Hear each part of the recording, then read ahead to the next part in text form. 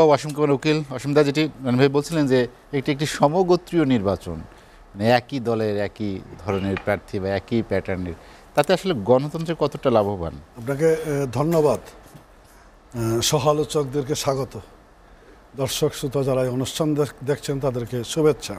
এই যে রাত জেগে দর্শক শ্রোতারা অনুষ্ঠানটা দেখে আমার কাছে বারবার মনে হয়েছে এটা কি ঝগড়াঝাটি দেখার জন্যই আছে।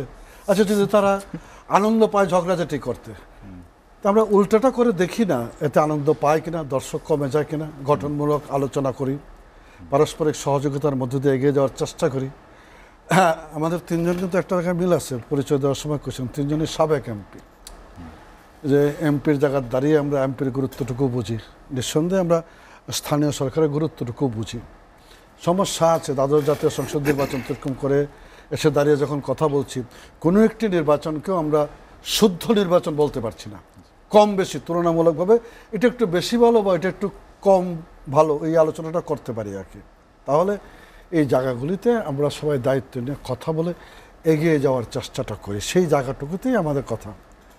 নিঃসন্দেহে গোলাম মোল্লা রনি খুব সুন্দর বলেন, ভাষার উপর অগাধ দখল। বাংলাদেশ আওয়ামী লীগের সংসদ সদস্য হিসেবেও তিনি টক শো জমিয়ে রেখেছেন, আজকের দিনেও তিনি দর্শকদেরকে ধরে রাখতে পেরেছেন। এটা ওনার এটা বড় গুণ, ওনার দক্ষতা, রাজনৈতিক প্রজ্ঞা, লেখাপড়া সব কিছু মিলে জায়গাটা আছে। আমরাও এটুকু চাই, এটা সুন্দর পরিবেশ তৈরি করতে চাই। শক্ত প্রতিপক্ষ অর্থাৎ বিরোধী দল ছাড়া নির্বাচন জমে না, যেটি রনি ভাই বললেন। আওয়ামী লীগ কি কখনো চেষ্টা করেছে যে বিএনপি কেন আসছে না নির্বাচনে, বা তাদেরকে আনার প্রয়োজন আছে কি না? গতানুগতিক কথা হচ্ছে আর কি, মানে রাজনীতিটা তো সকলের জন্য, কাউকে প্রয়োজন নয় তা না। তবে হ্যাঁ, মানবতা বিরোধী, যুদ্ধাপরাধী, এদের একটা কমন সেন্টিমেন্ট আছে। মহান মুক্তিযুদ্ধের মধ্যে দিয়ে 30 লক্ষের শহীদের রক্তরঞ্জিত বাংলাদেশে ধর্ম নিয়ে রাজনীতিটা আসলেই প্রত্যাশিত নয়, সেই জন্য জায়গাটা। আর বাকি সবাই রাজনীতি করবে, মানুষ বিবেচনা করবে কার পক্ষে থাকবে কার পক্ষে থাকবে না। রাজনীতি করার সবার অধিকার আছে। হ্যাঁ, এই যে বিরোধী দল, তার আগে আবার লাগানো হয় শক্তিশালী বিরোধী দল ছাড়া কি সংসদ বা রাজনীতি জমে।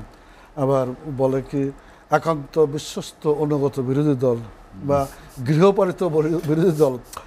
রাজনীতির এই যে শব্দগুলি আসছে, এটা কারণ কি? বিভিন্ন সময় রাজনীতিকরণের চেষ্টা করা হয়েছে, কিংবা রাজনীতির স্বাভাবিক প্রক্রিয়াকে ব্যাহত করা হয়েছে, ফলে এই জিনিসগুলি এসেছে। ধরেন, আমরা 90 সালে সর্বদলীয় ছাত্রঐক্য গঠন করেছিলাম। সর্বদলীয় ছাত্র ঐক্যের 90 আন্দোলন, সেখানে 8 দল 7 দল 5 দলও ছিল, কিন্তু প্রথম জেহাদ আল-লাসকে সামনে রেখে ঢাকা বিশ্ববিদ্যালয়ের অপরাজয় বাংলার পাদদেশে আমরা সর্বদলীয় ছাত্রঐক্য গঠন করি।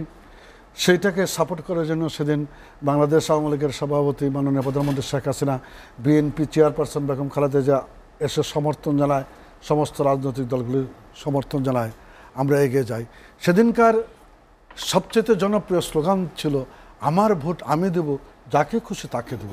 এই স্লোগানের উপর দাঁড়িয়ে কিন্তু 8 দল 7 দল 5 দল একত্রিত হয়েছিল, সারা বাংলাদেশে একটি সফল আন্দোলন গড়ে উঠেছিল। কিন্তু স্লোগানটা কি? আমার ভোট আমি দেব, যাকে খুশি তাকে দেব। এই কথাটা কেন আসলো?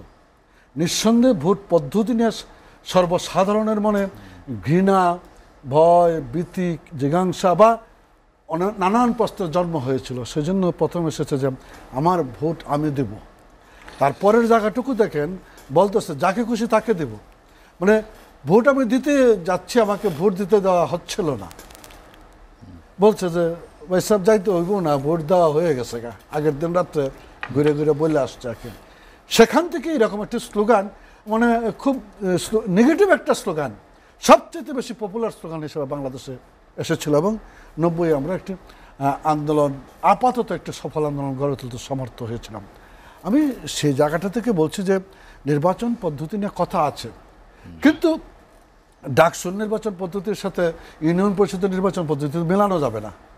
যে নির্বাচনটা সরকার পরিচালনার জন্য গঠিত হয়, দেশ পরিচালনার জন্য গঠিত হয়, সেই নির্বাচনের যে গ্র্যাভিটিটা থাকবে, সেই নির্বাচনের প্রতি যে দৃষ্টিভঙ্গিটা থাকবে, সেটার সাথে স্থানীয় সরকার নির্বাচনের তো এক হতে পারে না। দৃষ্টিভঙ্গিটা যদি এক না হয়, তাহলে পদ্ধতি তো ভিন্ন হওয়া স্বাভাবিক।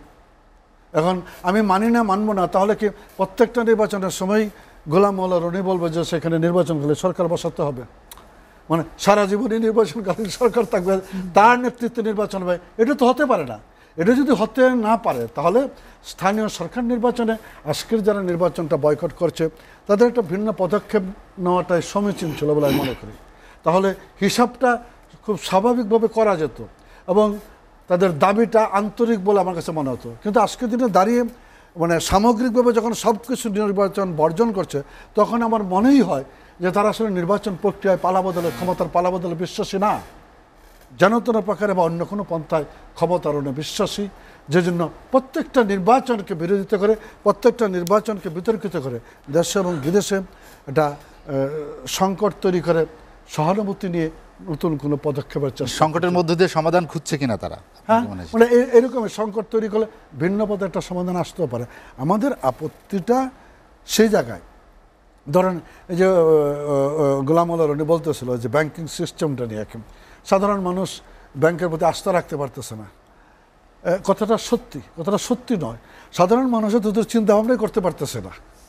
অসাধারণরা এইটার জালে আটকা পড়ছে, তাদেরকে নিয়েই আমরা আলাপ আলোচনা করছি এবং এরা অসাধারণ বলেই অপ্রতিরোধ্য বলেই মানে অপরাজেয়। সেখানে আমরা রাজনৈতিক দলগুলি সবাই মিলে একটি জায়গায় দাঁড়িয়ে অগ্রসর হতে পারছি না।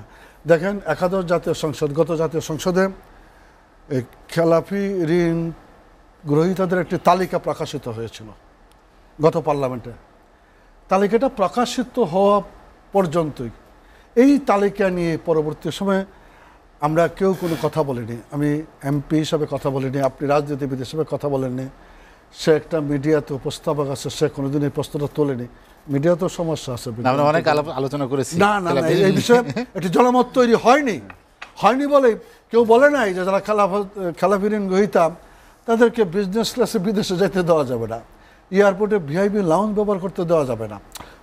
এরকম সামাজিক আন্দোলনগুলি গড়ে তোলা যেত, বা এরকম বিদেশ ভ্রমণই করতে পারবে না, এরকম 10 জন শীর্ষ ঋণ গ্রহীতার বাড়িতে আমরা সবাই মিলে ঘেরাও করব টাকা দেওয়ার জন্য ব্যাংকে।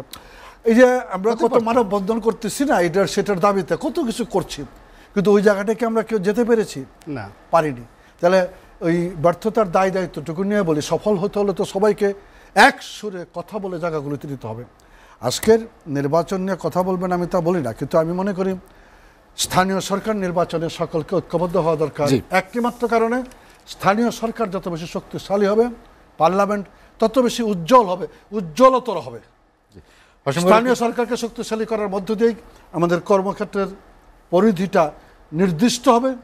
কেবলমাত্র আইন প্রণয়ন কিংবা জাতীয় ইস্যু নিয়ে পার্লামেন্ট কথা বলবেন, অন্যান্য সামগ্রিক বিষয়াদি আপনার টিআর কাবিকা থেকে শুরু করে স্কুলের গভর্নিং বডি প্রেসিডেন্ট, হাসপাতালের ওষুধ সরবরাহ থেকে শুরু করে কম্বল বিতরণ, এগুলি স্থানীয় সরকারই করলে অনেক বেশি ভূমিকা রাখতে পারতো বলে মনে